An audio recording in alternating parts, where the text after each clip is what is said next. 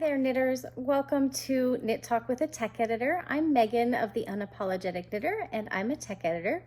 And today you may notice that things look an awful lot different around here, even down to my glasses, and I am far less coiffed than I typically am for our videos.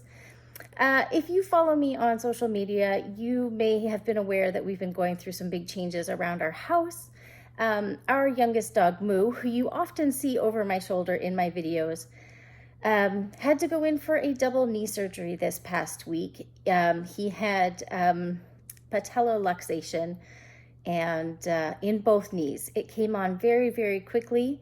In February, we were running on the beach having a great time, and by mid-April, he was having a really hard time even just running around the backyard. His knees were constantly popping out of the grooves. So we made the really difficult choice to kind of put his life on hold for a little while. He had a wonderful care team at the Cascade Veterinary Clinic down in Tigard, near where I live. And we were without him for about 36 hours, which I'm probably a little codependent with him. He's my little boy. So it was a really rough gap without him, but he is home safe.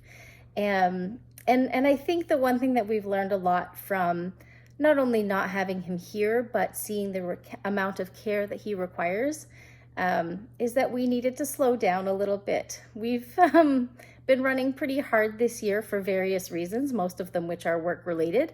When I look back to the start of the creation of this video series, including all of the tutorials I've done, I've created 30 videos in 22 weeks, and it's just become a little bit unmaintainable. So that's not to say I'm going away. I am absolutely going to keep going with these tutorials. I absolutely love sharing what I know.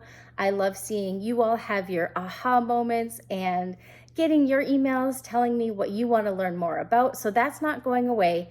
What I am going to be doing though is restructuring things a little bit, going back to the once a week releases on Wednesdays like I'd originally planned. However, instead of alternating weeks where we do a Knit Talk episode one week and a technique tutorial the next week, every week will be a Knit Talk episode where we look at different skills that you want to learn. And if there are supplemental tutorials that I need to create, I will, but that will be slightly less structured. They will come out when they need to be. And I think it'll just make the quality of the tutorials a lot better and allow me to really feel like I'm giving you my best each week.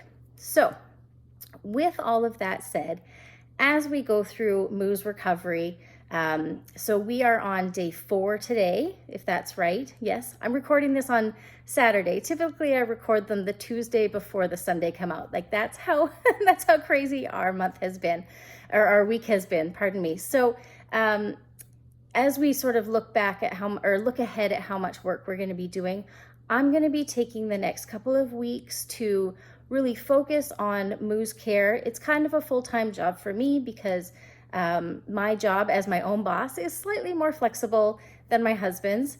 Although in addition to this podcast and my tutorials, of course, I have my full-time job as a technical editor. So I'm going to take the next 2 weeks and really refocus on the topics that folks are asking about.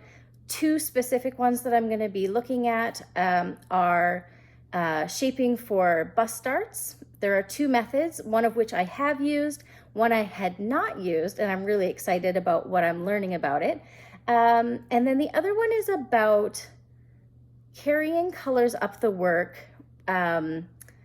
both in the round and when worked flat. And so I've actually had a lot of fun learning about helical knitting, and I'm showing you this because it's obviously been sitting on my desk for a little while, but I just can't get over the fact that there's absolutely no, whoops, that's the tail. There's no jogs in the work whatsoever.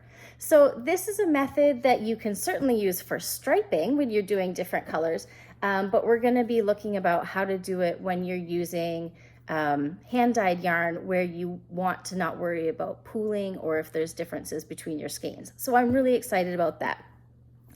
So all that to say, Thank you so much for the last 5 months of your time being here with me on a weekly basis, sharing your successes with me and sending me the information you want to learn more about. I am going to be off 2 weeks, and then I'm just checking my calendar. I will be back with the next episode on Wednesday, July 5th. I am excited to have a little bit of downtime to really focus on how to get that done, as well as take the time that I need to help Moo heal. He's going to have his stitches out on June 28th. Sorry, I'm looking at him. He's relearning how to sit and stand from a lying down position, and then of course getting back down to a lying down position from standing. So he just stood up, which is a really big thing. So I'm going to be focusing on that over the next couple weeks and preparing the next couple of months of episodes. So you won't see me for a couple of weeks, but again, thank you so much from the bottom of my heart for being here. It really does bring me a lot of joy, and I wish you the best next couple of weeks. Happy knitting, my friends.